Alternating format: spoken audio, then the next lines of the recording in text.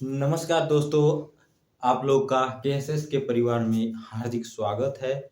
और daily classes आप लोग की अब चलाई जाने वाली हैं, तो आप लोग क्लास में जुड़ना ना भूलिए। तो आइए आज डिस्कस कर लेते हैं जिस टॉपिक के लिए आज का लेक्चर है। आज का लेक्चर हमारा सिलेबस के ऊपर है, क्योंकि सिलेबस का वेटेज जब तक हमें नहीं मालूम होगा तब तक हम एक चैप्टर पे कितना मेहनत करना है और कितना डीपली उस पे पढ़ना है ये नहीं हो पाएगा। तो आइए शुरुआत करते हैं अपने टॉपिक के ऊपर। लेकिन उससे पहले मैं बता दूं आप लोग के लिए, जितने भी बच्चे 2026-27 बोर्ड एग्जाम की प्रिपरेशन कर रहे हैं उनको उनके लिए एक बैच मैं लॉन्च किया हूँ, सारथी बैच। कौन सा बैच? सारथी बैच। सारथी बैच आप लोग को ज्वाइन करना है। कहाँ ज्वाइन करना है अभी बताता हूँ। सारथी बैच आपको ज्वाइन करना है केएसएस के यूट्यूब चैनल पे। केएसएस यूट्यूब चैनल पे सारथी बैच आपको ज्वाइन करना है। कैसे करना है? सिर्फ और सिर्फ सब्सक्राइब करके। जैसे ही आप इस चैनल को सब्सक्राइब करेंगे सारथी बैच से आप ज्वाइन हो जाएंगे, क्योंकि सारथी बैच लेकर आया है आप लोग के लिए live class, doubt clearing class, आप लोग को मिलेंगी ऑनलाइन सीट, जो भी प्रैक्टिस सेट होते हैं, पीवाईक्यू होते हैं, प्रीवियस ईयर क्वेश्चन जो भी होते हैं, ये सारी चीजें मैं आप लोग को इस बैच में दूंगा। ठीक है, इस बैच का लाने का मेरा मकसद यही है कि अभी आप लोगों के पास समय नहीं है। अभी आप लोगों के पास समय इसलिए नहीं है क्योंकि अभी आप लोग देख सकते हैं, अभी हम लोग का चल रहा है अगस्त।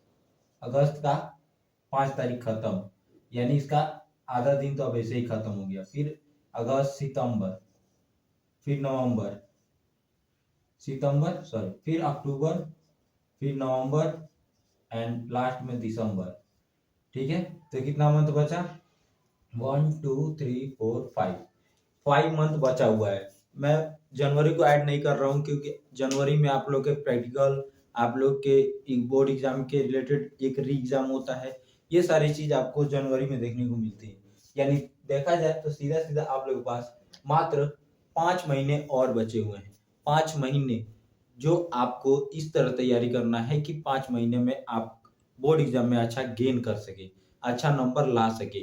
तो इसीलिए मैं कह रहा हूँ आप सारथी बैच पे ज्वाइन हो जाइए। ये एकदम फ्री ऑफ कॉस्ट है हर एक स्टूडेंट के लिए, जो बिगिनर हो या एडवांस हो, सभी बच्चों के लिए ये क्लास जो बैच होगा बहुत महत्वपूर्ण होगा और बहुत ही अच्छे तरीके से इस पे क्लासेस आपको मिलेंगी। और इसके जो भी पीडीएफ, पीवाईक्यू, डाउट क्लासेस होंगी वो सब टेलीग्राम पे होंगी। टेलीग्राम का लिंक हमारे डीएम में है, आप लोग वहां जाके उससे जुड़ सकते हैं। बाकी इंस्टाग्राम पे भी आप जुड़ सकते हैं, इंस्टाग्राम का लिंक भी हमारे आईडी में जुड़ा हुआ है। आप जैसे ही यूट्यूब के लोगों के पास जाइएगा वहां पे आपको लिंक देखने को मिल जाएगा। फर्स्ट क्लिक में आप इन दोनों आईडी पे जुड़ सकते हैं और हमें पर्सनली क्वेश्चन पूछ सकते हैं। चलिए, अब तो ये सब रही बात सारथी बैच।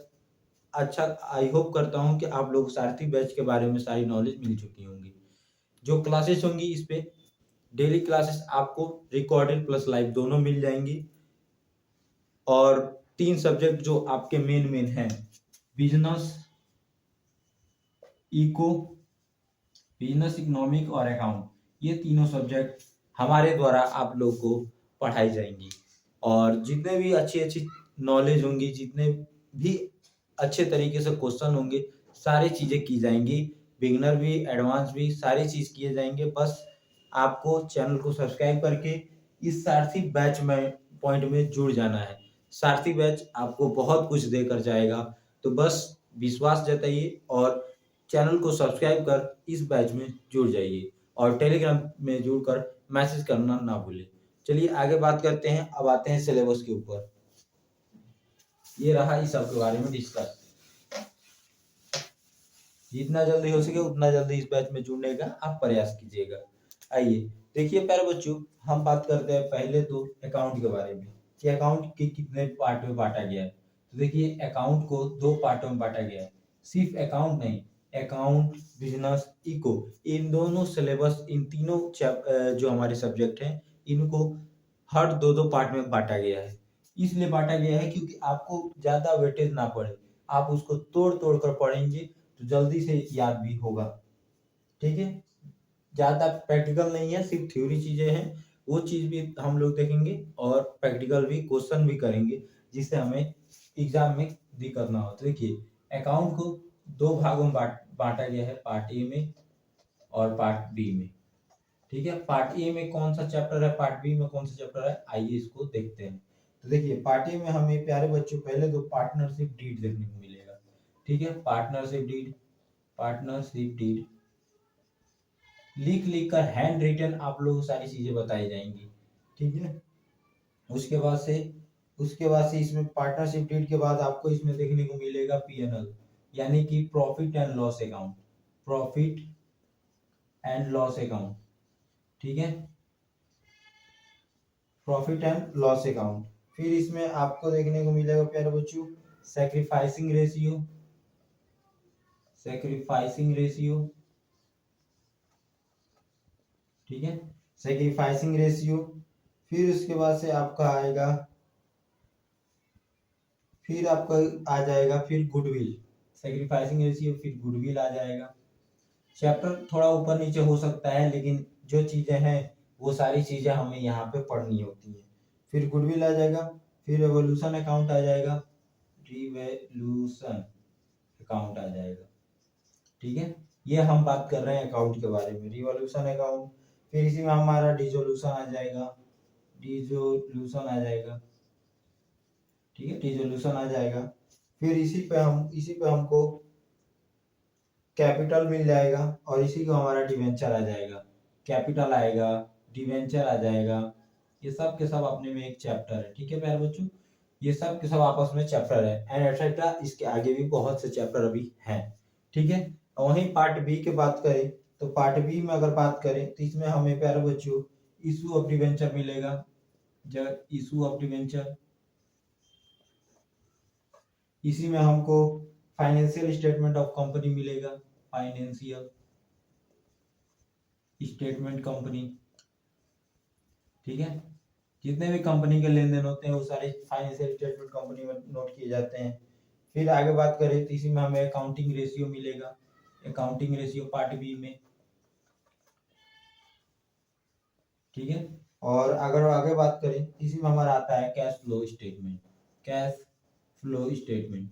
ये रहा मोटा मोटी हमारा चैप्टर जो हमें अकाउंट में पढ़ने होते हैं। तो पार्टनरशिप डीड की बात करें तो एक चैप्टर, एक ये मात्र ऐसा चैप्टर है जो अपने आप में 36 मार्क्स अकेले गेन करता है, अकेला 36 मार्क्स गेन करता है। तो अगर आप लोग भी चाहते हैं कि इन चैप्टरों में अच्छे से नंबर लाना, इन चैप्टरों में अच्छा प्रैक्टिकल के साथ क्वेश्चन करना, तो आपको इस बैच में जोड़ना पड़ेगा, फिर आपको ये सारी चीजें मिलेंगी। ठीक है, बाकी आगे क्या है ये भी देखते हैं। फिर आगे देखते हैं बिजनेस का क्या सिलेबस है। ठीक है, बिजनेस का क्या सिलेबस है, आइए देखते हैं, इसको इरेज करते हैं।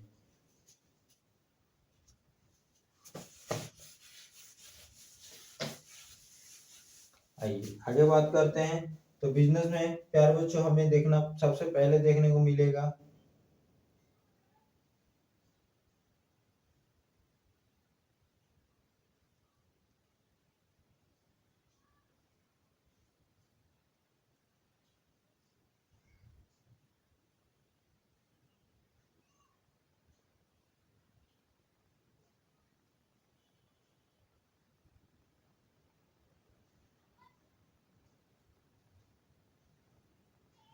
ठीक है, आइए बिजनेस को भी दो पार्टों में बांटा गया है, बिजनेस को भी दो पार्टों में बांटा गया है। बिजनेस को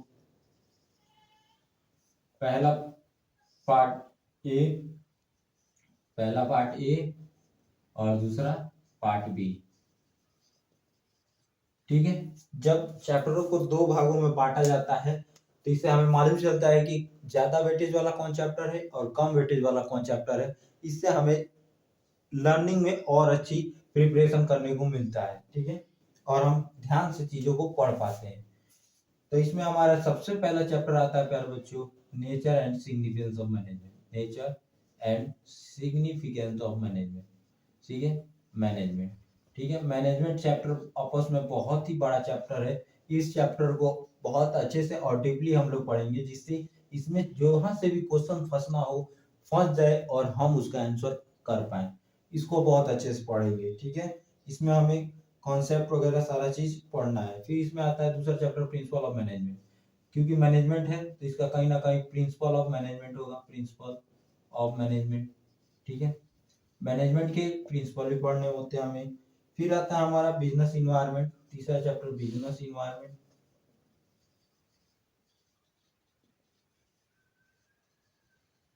बिजनेस इन्वायरमेंट। फिर इसी में आता है हमारा प्लानिंग। ठीक है, प्लानिंग, फिर ऑर्गेनाइजिंग, प्लानिंग ऑर्गेनाइजिंग। फिर उसके बाद से इसी में हमारा आता है प्यारे बच्चों स्टाफिंग। इसी में आता है हमारा डायरेक्टिंग एंड इसी में हमारा आता है एंड कंट्रोलिंग। ठीक है, ये सब के सब आपस में एक चैप्टर है, इसको एक मत मानिएगा। ठीक है, प्लानिंग अलग चैप्टर है, ऑर्गेनाइजिंग अलग है, स्टाफिंग अलग है, डायरेक्टिंग अलग है, कंट्रोलिंग अलग है। और इसके बारे में अगर मोटा मोटी बात करें तो हम किसी भी बिजनेस को स्टार्ट करने से पहले उसका प्लानिंग करते हैं, फिर ऑर्गेनाइजिंग करते हैं। ऑर्गेनाइजिंग करने का मतलब कि हमने सोच लिया, विचार कर लिया, तब हम पैसा लगाएंगे और उस बिजनेस को खड़ा करेंगे, ऑर्गेनाइज करेंगे। स्टाफिंग हो गया, यानी स्टाफिंग का मतलब हो गया कि हमको जो हम बिजनेस शुरू किए हैं उसके अनुसार उसमें हम क्या करेंगे, लोगों को भर्ती करेंगे, वर्कर रखेंगे, एम्प्लॉय रखेंगे।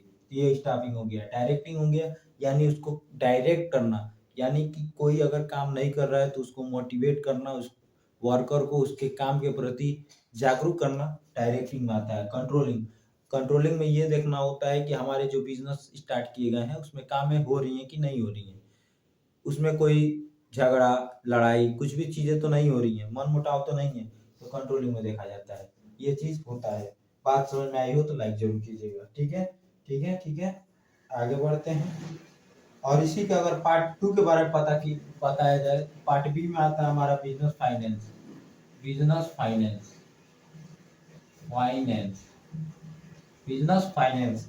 फिर आता है हमारा फाइनेंशियल प्लानिंग।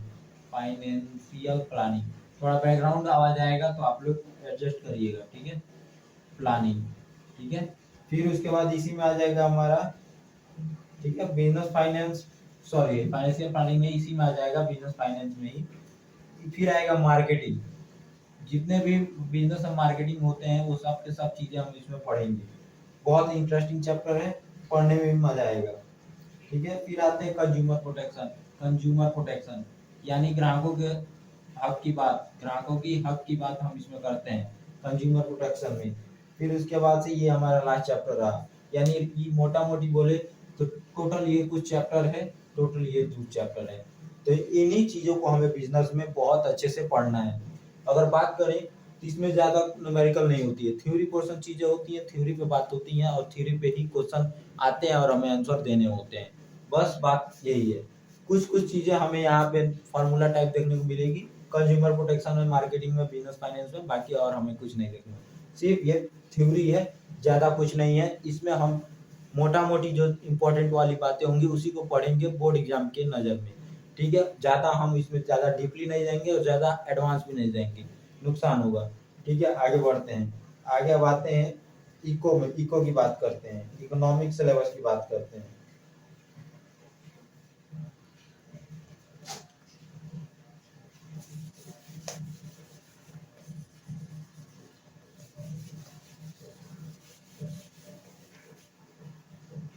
अगर हम बात करें इको की, इको मतलब इकोनॉमिक, इकोनॉमिक,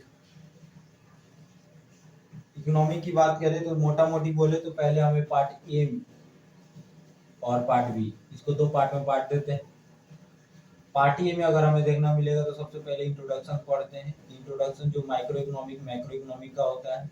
ठीक है, पहले तो बात हमें इंट्रोडक्शन पढ़ना है। इंट्रोडक्शन में ही हमें माइक्रो इकोनॉमिक और मैक्रो इकोनॉमिक पढ़ना पड़ता है। मैक्रो होता है और माइक्रो होता है। ठीक है, एक शब्द का अंतर होता है ए का और यहाँ शब्द का अंतर होता है आई का। माइक्रो और मैक्रो, इसका फर्क हम चैप्टर में पढ़ेंगे। आइए आगे बढ़ते हैं। फिर आते हैं इसी में हमको दूसरा चैप्टर आता है कंज्यूमर इक्विलिब्रियम। कंज्यूमर इक्विलिब्रियम एक ऐसा चैप्टर है जिसमें कंज्यूमर के सारे जितने भी हक होते हैं ये सारा चीज हमें यही बताता है और किस तरह बजट निकाली जाती है कंज्यूमर इक्विलिब्रियम में निकलता है। फिर आगे बढ़ते हैं। कंज्यूमर इक्विलिब्रियम में एक ऐसा ये चीज चैप्टर है जिसमें सप्लाई बढ़ेगा तो डिमांड घटेगा, डिमांड बढ़ेगा तो सप्लाई घट जाएगा। ठीक है, ये होता है, यानी कि डिमांड अगर बढ़ गया तो सप्लाई घट जाएगा और सप्लाई अगर बढ़ गया तो डिमांड घट जाएगा। क्यों? क्योंकि हमारा डिमांड अगर बढ़ेगा तो जाहिर सी बात है मार्केट में रेट बढ़ेगा और जहां तक महंगाई बढ़ेगी तहां तक हमारा डिमांड कम हो जाएगा और सप्लाई ज्यादा बढ़ने लगेगी।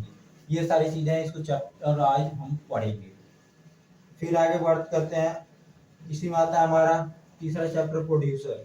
प्रोड्यूसर बिहेवियर, प्रोड्यूसर बिहेवियर, ठीक है, and supply. Producer behaviour, behaviour, ठीक है, एंड सप्लाई। देखिए प्यारे बच्चों, हमारे जितने भी मार्केट में प्रोडक्ट बनते हैं वो सारे के सारे यहीं से बनते हैं। पहले तो ये किसी प्रोड्यूसर द्वारा बनते हैं, फिर उसको सप्लाई के द्वारा हमें प्राप्त होते हैं। ठीक है, कहीं ना कहीं ये किसी फॉर्म में किसी जगह पे ये बनेगा, फिर वो उस पर अलग बैचेस लगेंगे, अलग अलग रेट लगेंगे और हमारे पास आएंगे तो उसको हम सप्लाई के तौर पे हम अलग जगह पे बेच सकते हैं। ये सब चीजें आती हैं प्रोड्यूसर बिहेवियर सप्लाई में। ठीक है, क्योंकि बिहेवियर इज मोस्ट इम्पोर्टेंट। आगे बात करते हैं, आगे हमारा आता है प्यारे बच्चों मार्केट एंड प्राइस डिटर्मिनेशन। चौथा चैप्टर हमारा आता है मार्केट।